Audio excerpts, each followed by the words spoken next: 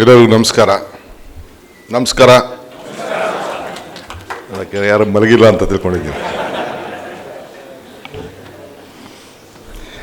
ನವನಿರ್ಮಾಣ ವೇದಿಕೆಯ ರಾಷ್ಟ್ರೀಯ ನವನಿರ್ಮಾಣ ವೇದಿಕೆಯ ಅಧ್ಯಕ್ಷರಂತ ಸೋದರಿ ಮಮತಾ ನಿಚಾಣಿ ಅವರೇ,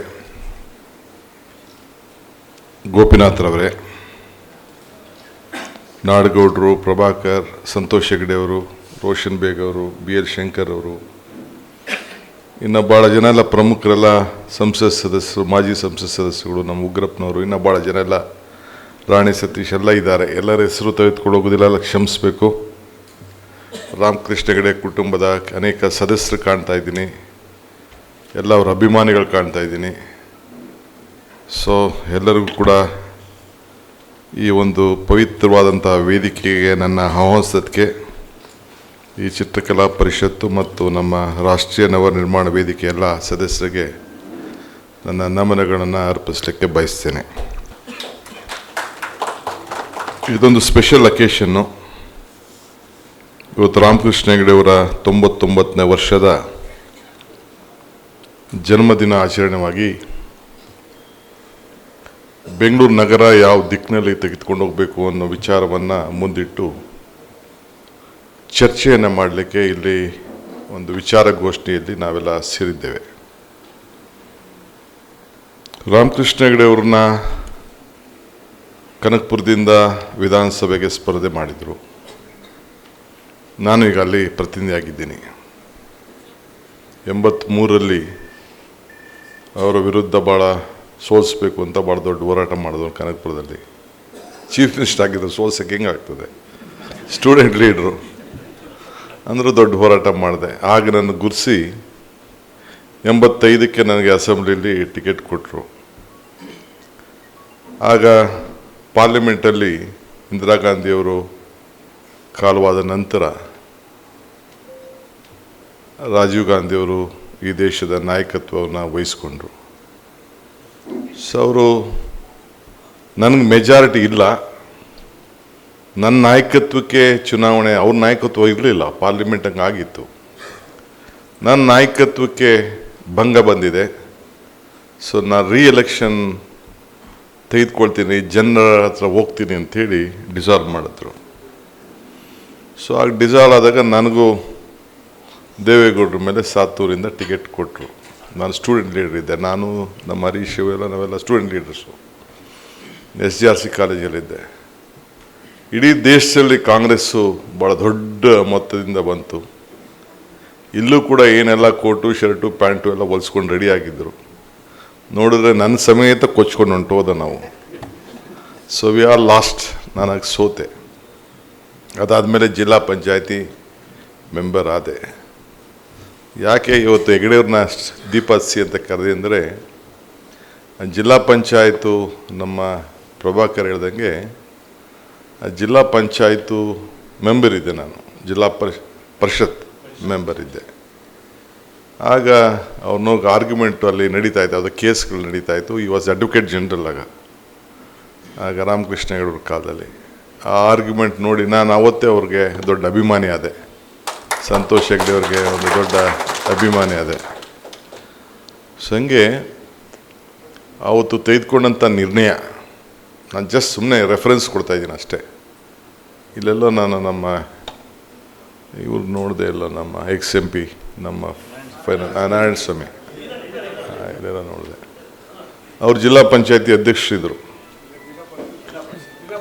ಜಿಲ್ಲಾ ಪರಿಷತ್ ಅಧ್ಯಕ್ಷರಿದ್ದರು ಬೆಂಗಳೂರು ಗ್ರಾಮಾಂತರ. ನಾನು ಜಿಲ್ಲಾ ಪರಿಷತ್ ಮೆಂಬರ್ ಇದ್ದೆ. ಅವರ ಅಧ್ಯಕ್ಷರು, ನಾನು ವಿರೋಧ ಪಾರ್ಟಿಲಿದ್ದೆ.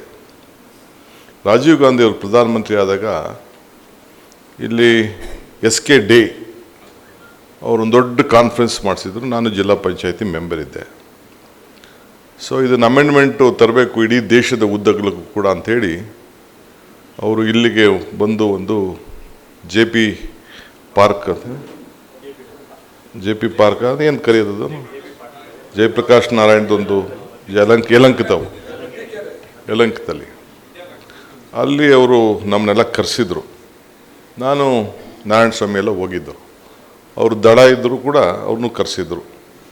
ಈ ಮಣಿಶಂಕರಯ್ಯರು, ರಾಹುಲ್ ಗಾಂಧಿಯವರು, ರಾಜೀವ್ ಗಾಂಧಿಯವರು ಎಲ್ಲ ಸೇರಿ ಕರೆದು ಚರ್ಚೆ ಮಾಡ್ತಾಯಿದ್ರು. ಆಗ ನಾನು ಹೇಳಿದೆ, ನಮ್ಮ ಸ್ಟೇಟಲ್ಲಿ ಈಗಾಗಲೇ ಇದೆ, ರಾಮಕೃಷ್ಣ ಹೆಗಡೆಯವರು ಇದಕ್ಕೆಲ್ಲ ಭಾಳ ದೊಡ್ಡ ಮುನ್ನುಡಿ ಮಾಡಿದ್ದಾರೆ. ರಾಮಕೃಷ್ಣ ಹೆಗಡೆಯವರು ಮಾಡಿದ್ದಾರೆ ಅಂತ ನಾನು ಇಲ್ಲಿಗೆ ಬಂದಿದ್ದೀನಿ, ಅದನ್ನೇ ತಿಳ್ಕೊಳ್ಳೋಣ ಅಂತ ಬಂದಿದ್ದೀನಿ. ಬಟ್ ಈ 73-74ನೇ ತಿದ್ದುಪಡಿ ಯಾಕೆ ತರ್ತಾರೆ? ನಿಮ್ಮ ಸ್ಟೇಟಲ್ಲೇನೋ ಇದೆ, ನಾನು ಇಲ್ಲ ಅಂತ ಹೇಳ್ತಾ ಇಲ್ಲ. It is a amendment to create young leaders from panchayat to parliament. ಅದಕ್ಕೆ ನಾನು ಕರ್ನಾಟಕ ಸ್ಟಡಿ ಮಾಡಬೇಕು ಅಂತೇಳಿ ಬಂದಿದ್ದೀನಿ ಅಂತೇಳಿ ನನಗೆ ಅವ್ರು ಹೇಳಿದ್ರು. ಹಂಗೆ ಇವತ್ತು 73-74ಕ್ಕೆ ತಿದ್ದುಪಡಿ ಇಡೀ ದೇಶಕ್ಕೆ ಒಂದು ದೊಡ್ಡ ಚಿಂತನೆ ಆಗಬೇಕಾದ್ರೆ ಫೌಂಡೇಶನ್ ಅವತ್ತಿನ ಕಾಲದಲ್ಲಿ ರಾಮಕೃಷ್ಣ ಹೆಗಡೆಯವರು ಕೊಟ್ಟಿದ್ದರು. ಈಗ ಪಂಚಾಯತಿಂದ ಪಾರ್ಲಿಮೆಂಟ್ವರೆಗೂ ಸಾವಿರಾರು ಜನ ನಾಯಕರುಗಳನ್ನ ನಾವು ತಯಾರು ಮಾಡ್ತಾಯಿದ್ದೀವಿ. ಅದ್ರಲ್ಲಿ ನಾನು ಒಬ್ಬ ಜಿಲ್ಲಾ ಪಂಚಾಯತ್ ಅಸೆಂಬ್ಲಿ ಸೋತಿದ್ರು ಕೂಡ ಜಿಲ್ಲಾ ಪಂಚಾಯತಿಗೆ ಪರಿಷತ್ಗೆ ಪಂಚಾಯತಿ ನಿಂತ್ಕೊಂಡು ಅವರ ನಮ್ಮ ಇವ್ರು ಹೇಳ್ದಂಗೆ 8 ಬಾರಿ ಅಸೆಂಬ್ಲಿಗೆ ಕಂಟಿನ್ಯೂಸ್ ಆಗಿ ಬಂದು ಸಾತ್ತೂರಿಂದ ಇದಾದಮೇಲೆ ಈ ಕನಕಪುರದಿಂದ ಬಂದು ಸೇವೆ ಮಾಡೋಂಥ ಅವಕಾಶ ಇವತ್ತು ಸಿಕ್ಕಿದೆ. ಆದರೆ ಒಂದು ವಿಚಾರ, ನಾನು ರಾಮಕೃಷ್ಣ ಹೆಗಡೆಯವ್ರನ್ನ ವಿಧಾನಸಭೆಯಲ್ಲಿ ನಾನು ನೋಡಿದ್ದೇನೆ. ಕೆಲವು ದಿನಗಳ ಕಾಲ ವಿಧಾನಸಭೆಯಲ್ಲೂ ಇದ್ದರು. ಟೆಲಿಫೋನ್ ಟ್ಯಾಪಿಂಗ್ ಬಗ್ಗೆ ನಡೆದಂಥ ಚರ್ಚೆ, ಇಡೀ ದೇಶದ ನಮ್ಮ ಕಾಂಗ್ರೆಸ್ ನಾಯಕರುಗಳೆಲ್ಲ ಬಂದು ಆ ಒಂದು ಘಟನೆಯನ್ನು ವೀರೇಂದ್ರ ಪಾಟೀಲ್ರಿಗೂ ರಾಮಕೃಷ್ಣ ಹೆಗಡೆಯವ್ರಿಗೂ ಯಾವ ರೀತಿ ನಡೀತದೆ ಈ ಟೆಲಿಫೋನ್ ಟ್ಯಾಪಿಂಗ್ ಬಗ್ಗೆ ಅಂಥೇಳಿ ಚರ್ಚೆ ಮಾಡಲಿಕ್ಕೆ ಬಂದು ಪಬ್ಲಿಕ್ ಗ್ಯಾಲರಿಯಲ್ಲಿ ಕೂತ್ಕೊಂಡು ಬಂದು ನೋಡ್ತಾಯಿದ್ರು.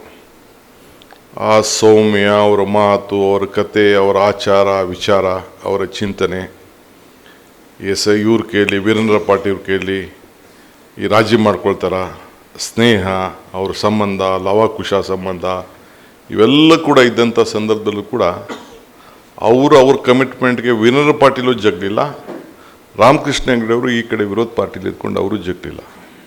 ಸೊ ಅವರ ಬೇಸಿಕ್ ಫಿಲಾಸಫಿ ಏನಿತ್ತು, ಅವರ ಪಾರ್ಟಿ ಪ್ರಿನ್ಸಿಪಲ್ ಏನಿತ್ತು, ಯಾವುದಕ್ಕೂ ಕೂಡ ಇಬ್ಬರು ಆಗಲಿಲ್ಲ. That was one of the best parliamentary debate which I have seen in my life. ನನಗೇನು ರಾಜಕಾರಣ ಏನು ಮಾತಾಡಬೇಕು ಅಂತ ಅಸೆಂಬ್ಲಿಲೇ ಗೊತ್ತಾಗ್ತಿರಲಿಲ್ಲ. ಆಗೆಲ್ಲ ಭಾಳ ದೊಡ್ಡ ದೊಡ್ಡ ಘಟನೆಗಳೆಲ್ಲ ಇದ್ದರು. ಇದ್ದರು, ನಮ್ಮ ಬಂಗಾರಪ್ಪನವ್ರು ಇದ್ದರು, ಕಾಗೋಡು ತಿಮ್ಮಪ್ಪನವ್ರು ಇದ್ದರು, ಬೇರೆ ಬೇರೆ ಎಲ್ಲ ದೊಡ್ಡ ದೊಡ್ಡ ಲೀಡರ್ಸ್ ಎಲ್ಲ, ಒಂದು ಕಡೆ ರಾಮಕೃಷ್ಣ ಹೆಗಡೆ, ಈ ಕಡೆ ಇವರು ಎಲ್ಲ ಕೂಡ ದೊಡ್ಡದಾಗಿತ್ತು. ಆಮೇಲೆ ಚಂದ್ರೇಗೌಡರು ಲೀಡರ್ ಆಫ್ ದಿ ಅಪೋಸಿಷನ್ ಆದರು. ಎಲ್ಲ ಕೂಡ ಇಂಥವೆಲ್ಲ ನಡೀತು. ಬಟ್ ಇವತ್ತೊಬ್ಬ ರಾಜಕೀಯ ಮುತ್ಸದ್ದಿಯನ್ನು ಚರ್ಚೆ ಮಾಡಲಿಕ್ಕೆ ಅವರ ಆಚಾರ ವಿಚಾರಗಳನ್ನು ಅವರ ಸ್ಮರಿಸೋ ಜೊತೆಗೆ ಅವರ ಆಚಾರ ವಿಚಾರಗಳನ್ನು ಕೂಡ ಚರ್ಚೆ ಮಾಡಲಿಕ್ಕೆ ನಾವೆಲ್ಲ ಇಲ್ಲಿ ಸೇರಿದ್ದೇವೆ. ಗುಣಗಾನ ಎಷ್ಟು ಬೇಕಾದ್ರೂ ನಾವು ಮಾಡ್ಬೋದು. ಬಟ್ ನಾನಾಗ ಒಂದು ಮಾತು ಹೇಳ್ತಾ ಇರ್ತೀನಿ, ಮನುಷ್ಯನ ಹುಟ್ಟು ಆಕಸ್ಮಿಕವಾದ್ದು, ಸಾವು ಅನಿವಾರ್ಯ, ಜನನ ಉಚಿತ, ಮರಣ ಖಚಿತ. ಈ ಹುಟ್ಟು ಸಾವಿನ ಮಧ್ಯದಲ್ಲಿ ನಾವು ಏನು ಮಾಡ್ತೀವಿ ಅನ್ನೋದು ಭಾಳ ಮುಖ್ಯ. ಹಂಗೆ ರಾಮಕೃಷ್ಣ ಹೆಗಡೆಯವರು ಅವರ ಬದುಕಿನಲ್ಲಿ ಬಿಟ್ಟುವುದಂಥ ಆದರ್ಶ ಸಾಕ್ಷಿಗುಡ್ಡೆಗಳು ಇನ್ನು ಜೀವಂತವಾಗಿ ಉಳಿದಿದೆ ಅನ್ನೋದಕ್ಕೆ ಇಂಥ ಅನೇಕ ಕೆಲವು ಘಟನೆಗಳನ್ನು ಇವತ್ತು ನಮ್ಮ ಸ್ನೇಹಿತರು ಗೋಪಿನಾಥ್ ಅವರು ತಮ್ಮ ಮುಂದೆ ಇಟ್ಟಿದ್ದಾರೆ. ನಾನು ಜಾಸ್ತಿ ಚರ್ಚೆ ಮಾಡೋಕ್ಕೆ ನನಗೆ ಅವ್ರ ಹತ್ರ ಭೇಟಿ ಮಾಡೋಂಥ ಅವಕಾಶ ಸಿಗದೇ ಇರ್ಬೋದು. 3-4 ಬಾರಿ SM ಕೃಷ್ಣರವ್ರನ್ನ ನನ್ನನ್ನು ಕಳಿಸಿದ್ರು ಕೆಲವು ವಿಚಾರಗಳನ್ನ ಭೇಟಿ ಮಾಡಬೇಕಾದ್ರೆ, ಮಾತಾಡ್ಬೇಕಾದ್ರೆ, ಯಾವುದಾದ್ರು ಒಂದು ವಿಚಾರಗಳನ್ನ ಕಮ್ಯುನಿಕೇಟ್ ಮಾಡಬೇಕಾದ್ರೆ. ಡೆಲ್ಲಿಲಿ 1-2 ಬಾರಿ, ಬೆಂಗಳೂರಲ್ಲಿ 2 ಬಾರಿ ಹೋಗಿ ಅವ್ರ ಮನೆಗೆ ಹೋಗಿ ಭೇಟಿ ಮಾಡೋಂಥ ಸಂದರ್ಭ. ನನಗೆ ಆದಂಥ ಅವರ ವ್ಯಕ್ತಿತ್ವದ ಬಗ್ಗೆ ಅನುಭವ ಇದೆ. ಆದರೆ ಅವರ ದೂರ ಚಿಂತನೆ ಇತ್ತಲ್ಲ, ಇದು ಯಾರು ಅವರ ಜಾತಿ ಮೇಲೆ ಇಲ್ಲಾಂದರೆ ಅವರ ಕುಟುಂಬದ ಮೇಲೆ ಜೊತೆಗೆ ತೆಗೆದುಕೊಂಡೋಗಿ ಅವ್ರು ರಾಜಕಾರಣ ಮಾಡೋದು ನಾನು ನೋಡಲಿಲ್ಲ.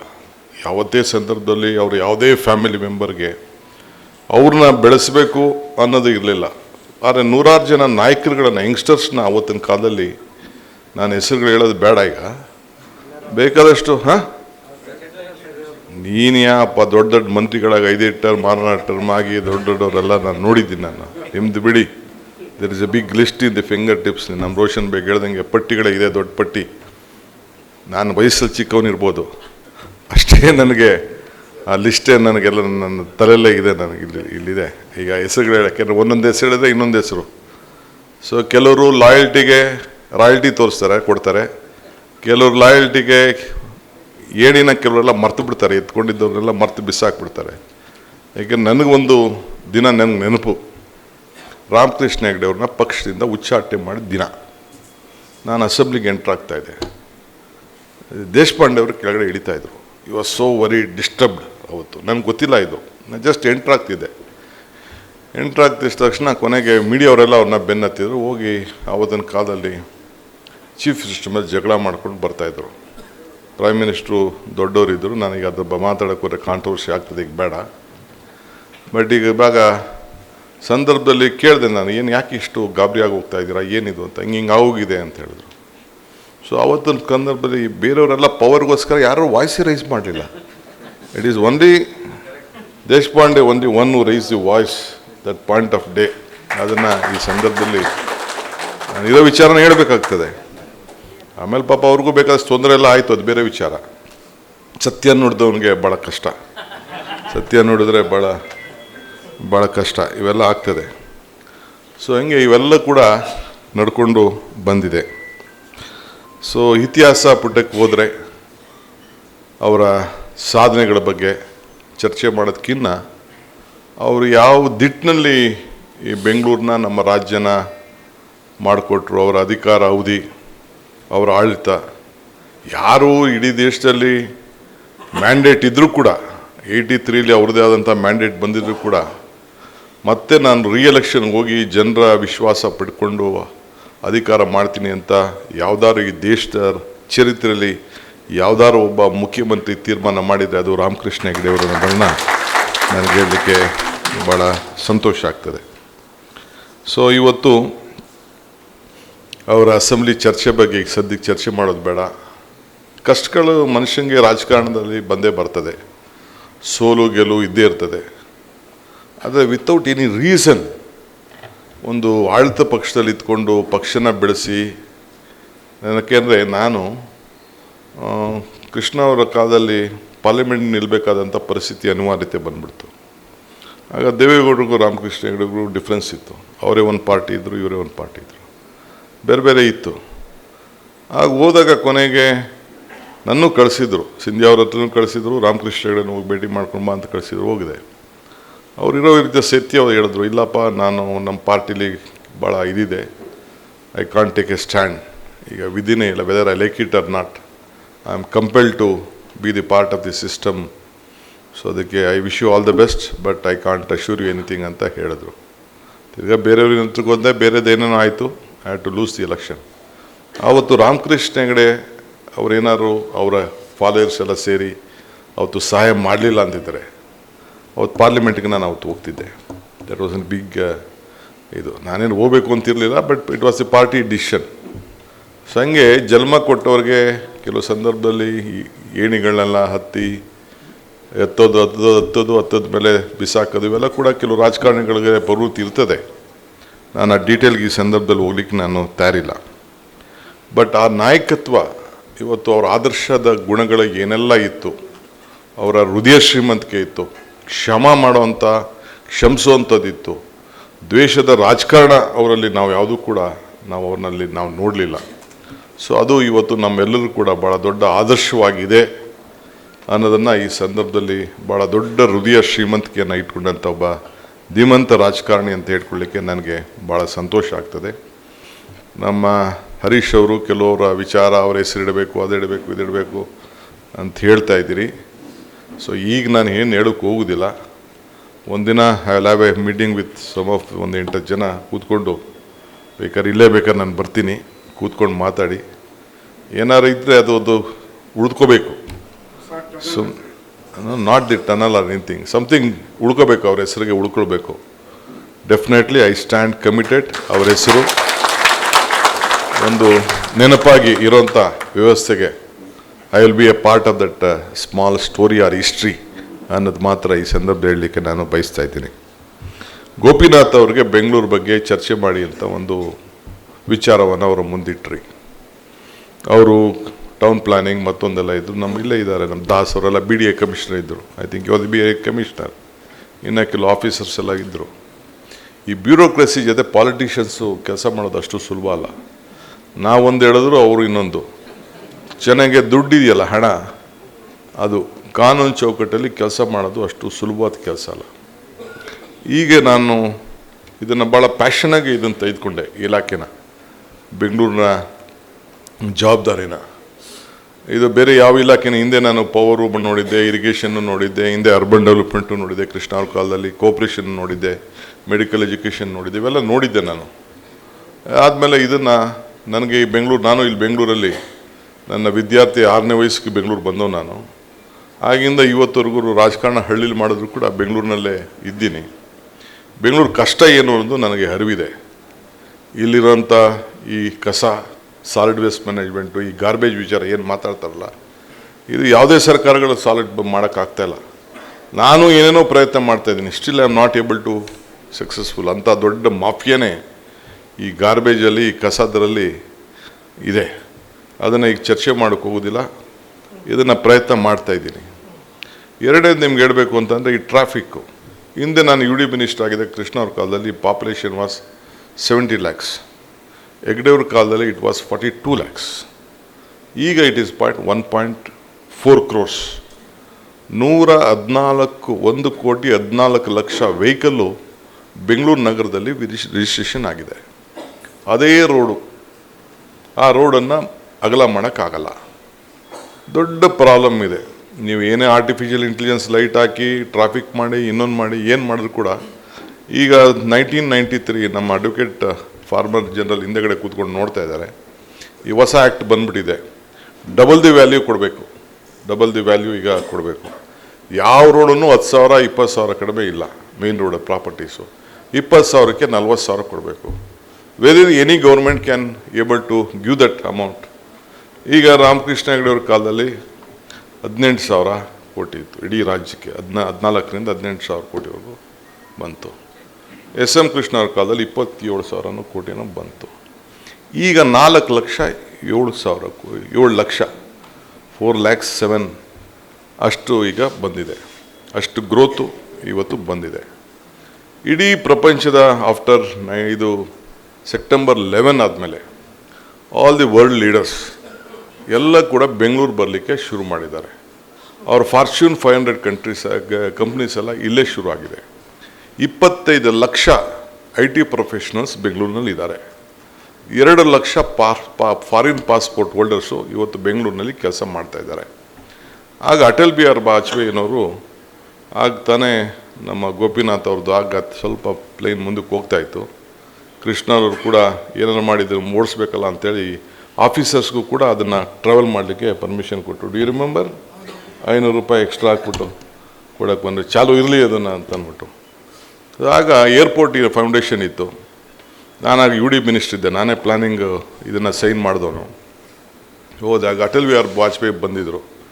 ಬಂದು ಫೌಂಡೇಶನ್ ಆಗಬೇಕಾದ್ರೆ ಆಗ Japan prime minister, China prime minister, Poland ಮತ್ತು ಇನ್ಯಾರೋ ನಮ್ಮ British prime minister, 4 prime minister 3 ತಿಂಗಳಲ್ಲೇ ಬಂದರು.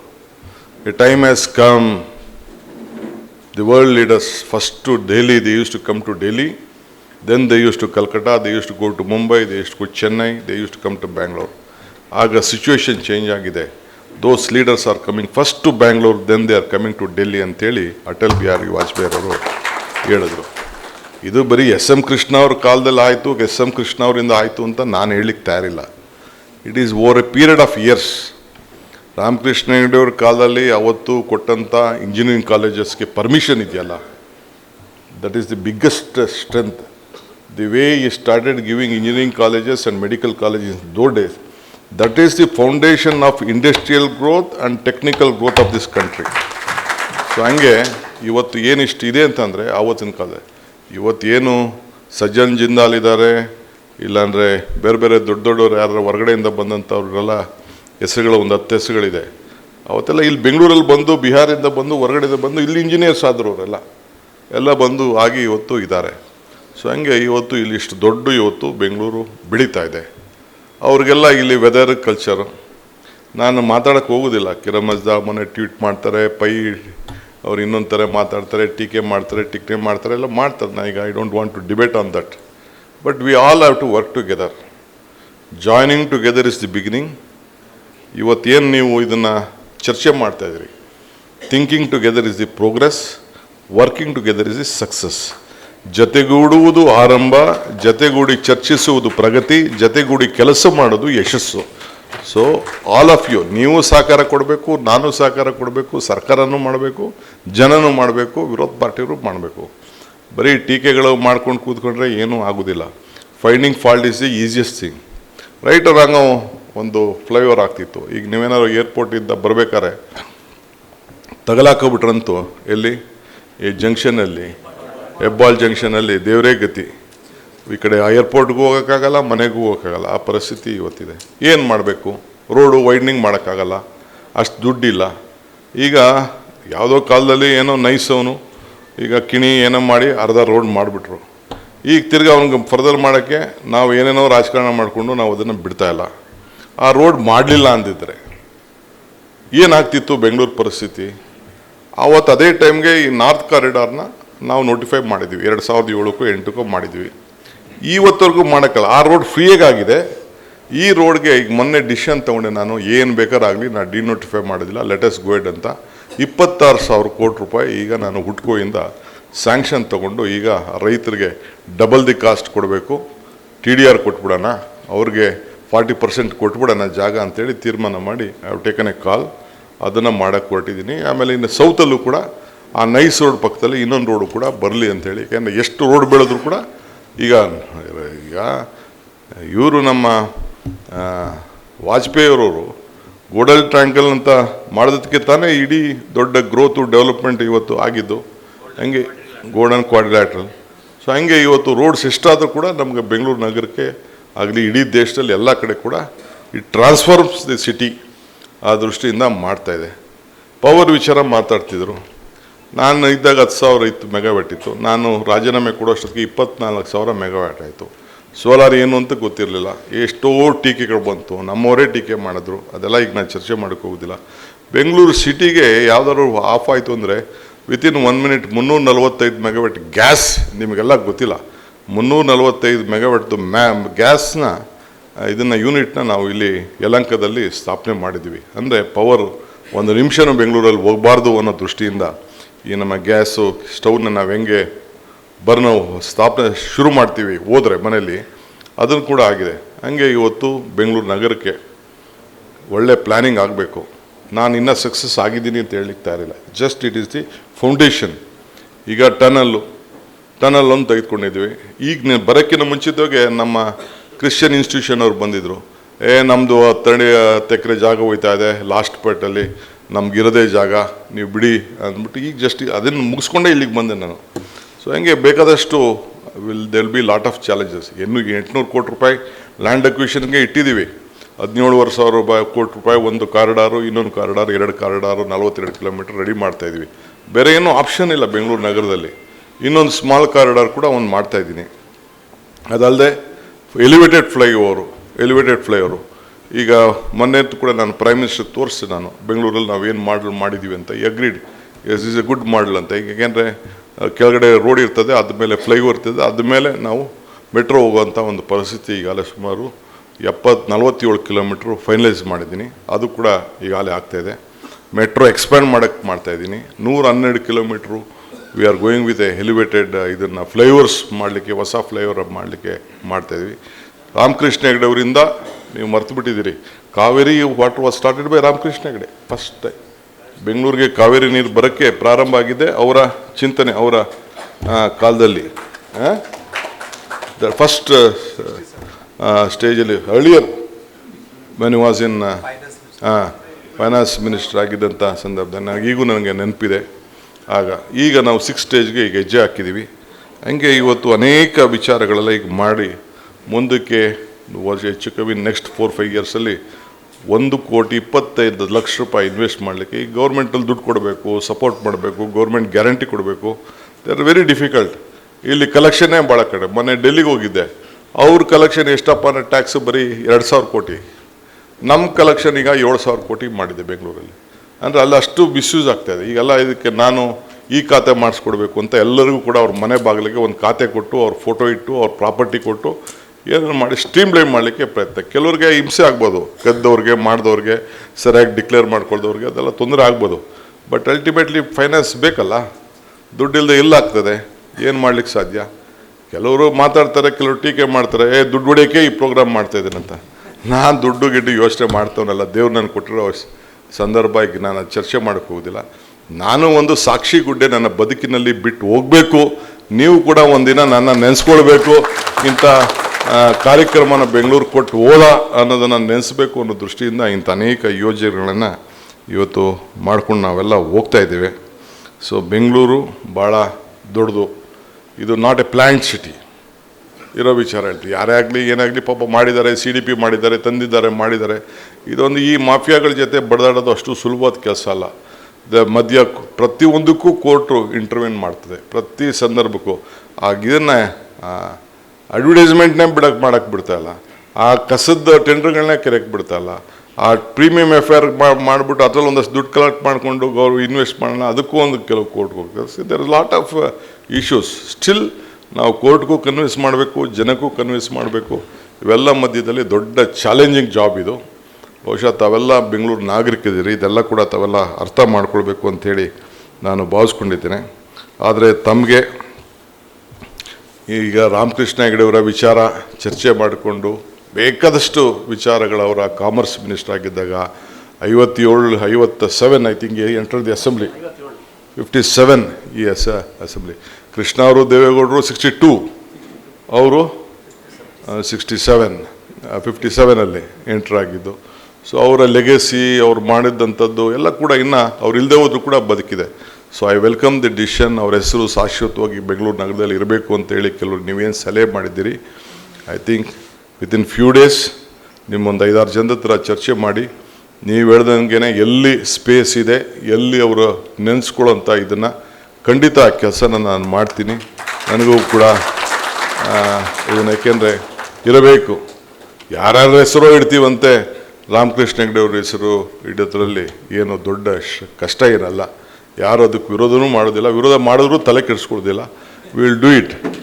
ಅದಕ್ಕೇನು, ಯಾಕೆಂದರೆ ಟೀಕೆ ಮಾಡೋರು ಇದ್ದೇ ಇರ್ತಾರೆ. ನಾನು ಹೇಳ್ತಾ ಇರ್ತೀನಿ, ಟೀಕೆಗಳು ಸಾಯ್ತವೆ, ಕೆಲಸಗಳು ಉಳಿತವೆ ಅಂತ. ಸೊ ಟೀಕೆಗಳಿಗೆಲ್ಲ ನಾವು ತಲೆ ಕೆಡಿಸ್ಕೊಳ್ಳೋದಿಲ್ಲ. Will have to do our work irrespective whatever may be. ಒಳ್ಳೆ ಕೆಲಸ. ಸೊ ಅದರಿಂದ ಅದನ್ನು ಮಾಡೋಣ. I think I stand. ಬೇರೆ ಬೇರೆ ವಿಚಾರಗಳೆಲ್ಲ ನಾನು ಈಗ ಜಾಸ್ತಿ ಮಾತಾಡ್ಕೊಂಡು ಹೋದರೆ ನಿಮಗೂ ಎಲ್ಲ ಕೂಡ ಭಾಳ ಇದಾಗ್ತದೆ. ನಾನು ಬರೀ ನನಗೆ ಗೊತ್ತಿಲ್ಲ ಬೆಂಗಳೂರು ಬಗ್ಗೆ ಚರ್ಚೆ ಮಾಡ್ತೀವಿ ಅಂತೇಳಿ. ನಾನು ಬೇರೆಯವರ ಆದರ್ಶ, ಅವರ ಅನುಭವಗಳು, ಅವರ ಅಸೆಂಬ್ಲಿಲಿ ಮಾಡಿದಂಥ ಮಾತು, ಪಾರ್ಲಿಮೆಂಟಲ್ಲಿ ಇಳಿದಂಥ ಮಾತು, ಅವ್ರು ತೆಗೆದುಕೊಂಡಂಥ ಪೊಲಿಟಿಕಲ್ ಸ್ಟ್ಯಾಂಡ್ಗಳು ಯಾವ ಸಂದರ್ಭದಲ್ಲಿ ಎಷ್ಟು ಕಷ್ಟವಾದಂಥ ತೀರ್ಮಾನಗಳ ತೆಗೆದುಕೊಂಡಿದ್ರು ಅನ್ನೋದು ಕೂಡ ನಾನು ಸ್ವಲ್ಪ ಮೆಲುಕಾಕಿದ್ದೀನಿ. ಈಗ ಅದನ್ನು ಮಾತಾಡೋದು ಅರ್ಥ ಇಲ್ಲ.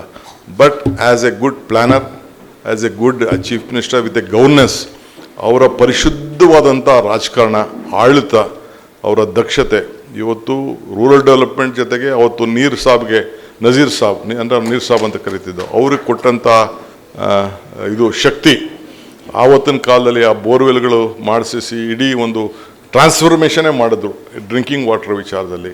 ಸೊ ಅಂಥ ವಿಚಾರಗಳೆಲ್ಲ ಕೂಡ ಇವತ್ತು ಕೂಡ ಇದೆ. ಬಟ್ ಏನಪ್ಪ ಅಂದರೆ ನಾವು ನೆನೆಸ್ಕೊಳ್ಳಲ್ಲ ಅಷ್ಟೇ, ಅವ್ರನ್ನ ಸ್ಮರಿಸ್ಕೊಳ್ಳಲ್ಲ. ಅದನ್ನೆಲ್ಲ ನಾವೆಲ್ಲ ಮರ್ತು ಬಿಡ್ತೀವಿ. ಇದೇ ನಮ್ಮ ಕೆಲವು ರಾಜಕಾರಣಿಗಳು ಪಬ್ಲಿಕ್ದು ಮೆಮೊರಿ ಭಾಳ ಶಾರ್ಟ್. ಬಟ್ ಆದ್ರೂ ಇವತ್ತು ಇಂಥ ಒಂದು ಈ ವೇದಿಕೆ ಮುಖಾಂತರ ಕರೆಸಿ ಅವ್ರ ಬಗ್ಗೆ, ಅವರ ಆಚಾರ ವಿಚಾರಗಳ ಬಗ್ಗೆ ಚರ್ಚೆ ಮಾಡಿ, ಅವ್ರು ಯಾವ ದಿಟ್ಟಿನಲ್ಲಿ ನಮ್ಮನ್ನು ತೆಗೆದುಕೊಂಡು ಹೋದರು ಅನ್ನೋ ದೃಷ್ಟಿಯಿಂದ ಆ ರೀತಿ ನಾವೆಲ್ಲ ಕೂಡ ಮಾಡ್ಕೊಂಡು ಹೋಗ್ಬೇಕಾಗ್ತದೆ. ಸೊ ಹಂಗೆ ನನಗೆ ದೇವರು ಭಗವಂತ ಒಂದು ಸಣ್ಣ ಅವಕಾಶ ಕೊಟ್ಟಿದ್ದಾನೆ. ಸೊ ಹಂಗೆ ದೇವರು, ನಾನು ಇನ್ನೊಂದು ಮಾತು ಹೇಳ್ತಾ ಇರ್ತೀನಿ, ದೇವ್ರು ವರನೂ ಕೊಡೋದಿಲ್ಲ, ಶಾಪನೂ ಕೊಡೋದಿಲ್ಲ, ಅವಕಾಶ ಮಾತ್ರ ಕೊಡ್ತಾನೆ ಅಂತ. ಹಂಗೆ ಕೊಟ್ಟಿರುವಂಥ ಅವಕಾಶದಲ್ಲಿ ಖಂಡಿತ ಈ ಬೆಂಗಳೂರು ನಗರಕ್ಕೆ ನಿಮ್ಮೆಲ್ಲರ ಬಯಕೆಯಂತೆ ನೀವು ಕೂಡ ಎಲ್ಲಿ ಬೇಕಾದ್ರೂ ಎಲ್ಲಿ ಕಸ ಇದೆ ಅಂತ ಒಂದು ಫೋಟೋ ಹೊಡೆದ್ಬಿಟ್ಟು ಆ ಹಾಕಿ ಪೋಸ್ಟ್ ಮಾಡಿದ್ರೆ ಒಂದು 3-4 ದಿನದಲ್ಲೇ ಅದಕ್ಕೊಂದು ಉತ್ತರ ಬರ್ತದೆ ಕ್ಲೀನ್ ಮಾಡೋಂಥ ಕೆಲಸ. ಎಲ್ಲಿ ಗುಂಡಿ ಇದೆ, ಗುಂಡಿ ನಾನು ಡೆಲ್ಲಿಲೂ ನೋಡಿದ್ದೀನಿ, ಮುಂಬೈಲೂ ನೋಡಿದ್ದೀನಿ, ಎಲ್ಲ ಕೊಡಿದ್ದೀನಿ, ಎಲ್ಲ ಕದನೂ ಇಷ್ಟೇ. ಬಟ್ ಪಬ್ಲಿಕ್ ಸಿಟಿಸನ್ಸು ಕೂಡ ಕೋಪ್ರೇಟ್ ಮಾಡಲೇಬೇಕಾಗ್ತದೆ. ಎಲ್ಲ ಗಾಡಿಗಳೆಲ್ಲ ಖಾಲಿ ಸೈಟ್ಗಳನ್ನ ಇಟ್ಕೊಬಿಟ್ಟವ್ರೆ. ಯಾವುದಾದೋ ಕಾಲದಲ್ಲಿದ್ದರೂ ಕೂಡ ಕೈ ಕಟ್ತಾ ಇಲ್ಲ. ಎಲ್ಲರೂ ಕೂಡ ಸುಮ್ಮನೆ ಬಿಸಾಕ್ಬಿಟ್ಟು ಗಾಡೀಲಿ ತೊಗೊಂಡೋಗ್ತಾರೆ, ಎಲ್ಲ ಬಿಸಾಕ್ಬಿಟ್ಟು ಹೊಂಟೋಗ್ತಾರೆ. ಈ ಮನೆಗೆ ಖರ್ಚು ಇದನ್ನು ಒಂದಷ್ಟು ಕಲೆಕ್ಟ್ ಮಾಡಬೇಕು ಕಸಕ್ಕೆ ಅಂತ ಅಂದರೆ ಅದಕ್ಕೊಂದಷ್ಟು ಟೀಕೆ ಮಾಡ್ತಾರೆ. ಒಂದು 25 ರೂಪಾಯಿ 50 ರೂಪಾಯಿ ಫಿಕ್ಸ್ ಮಾಡಿದ್ವಿ, ಅದಕ್ಕೂ ಕೂಡ ಟೀಕೆ ಮಾಡ್ತಾರೆ. ಏನು ಮಾಡೋಕ್ಕಾಗಲ್ಲ. It is a big challenging job. By passion I have taken this responsibility. ಖಂಡಿತ ಏನೇ ಇರಲಿ, I will do my best. ನಿಮ್ಮದೆಲ್ಲ ಸಹಕಾರ ಇರಲಿ. ಇವತ್ತು ವಿಶೇಷವಾಗಿ ಬಂದು ರಾಮಕೃಷ್ಣ ಹೆಗಡೆ ಅವರ ಜನ್ಮದಿನ ನಾವು ಆಚರಣೆ ಮಾಡಿ ನೆಕ್ಸ್ಟ್ 100 ಡೇಸ್ಗೆ 100 ಇಯರ್ ನಾವು ಮಾಡಬೇಕಾದ್ರೆ ಅವ್ರದ್ದೊಂದು ಹೆಸರು ಬೆಂಗಳೂರು ನಗರದಲ್ಲಿ ಶಾಶ್ವತವಾಗಿ ಉಳ್ಕೊಳ್ಳೋ ರೀತಿಯಲ್ಲಿ ಒಂದು ಸರ್ಕಲ್ಲೋ ರಸ್ತೆನೋ ಒಂದು ಜಾಗನೋ ಯಾವುದೋ ಒಂದು ಇತಿಹಾಸ ಪುಟಕ್ಕೆ ಸೇರೋಂಥ ಕೆಲಸವನ್ನು ಮಾಡ್ತೀನಿ ಅನ್ನೋ ಮಾತನ್ನು ಹೇಳಿ, ಮತ್ತೆ ಅವ್ರ ಕುಟುಂಬದವರೇ ಮತ್ತು ಅವರ ಅನ್ಯಾಯಿಗಳು, ಅವ್ರ ಕುಟುಂಬ ಅಂದರೆ it is not is family. ಕುಟುಂಬ ಅಂತಂದರೆ ಅವ್ರ ಕುಟುಂಬ ಅಂತಂದರೆ ಎಲ್ಲರ ಅಭಿಮಾನಿಗಳು ಕೂಡ ಅವ್ರದ್ದೊಂದು ಕುಟುಂಬ. ಯಾಕೆಂದರೆ ಅವ್ರು ಯಾರೋ ಕುಟುಂಬದ ಬಗ್ಗೆ ಚಿಂತೆ ಮಾಡಲಿಲ್ಲ, ರಾಜ್ಯದ ಬಗ್ಗೆ ಚಿಂತೆ ಮಾಡಿದ್ರು, ಸಮಾಜದ ಬಗ್ಗೆ ಚಿಂತೆ ಮಾಡಿದ್ರು, ಯುವಕರ ಬಗ್ಗೆ ಚಿಂತೆ ಮಾಡಿದ್ರು, ಯುವಕರು ಬೆಳೆಸುವಂಥ ಪ್ರಯತ್ನವನ್ನು ಮಾಡಿದ್ರು. ಆ ಕುಟುಂಬಕ್ಕೆಲ್ಲ ಶುಭ ಹಾರೈಸಿ ನನ್ನ ಮಾತು ಮುಗಿಸ್ತೀನಿ. ನಮಸ್ಕಾರ.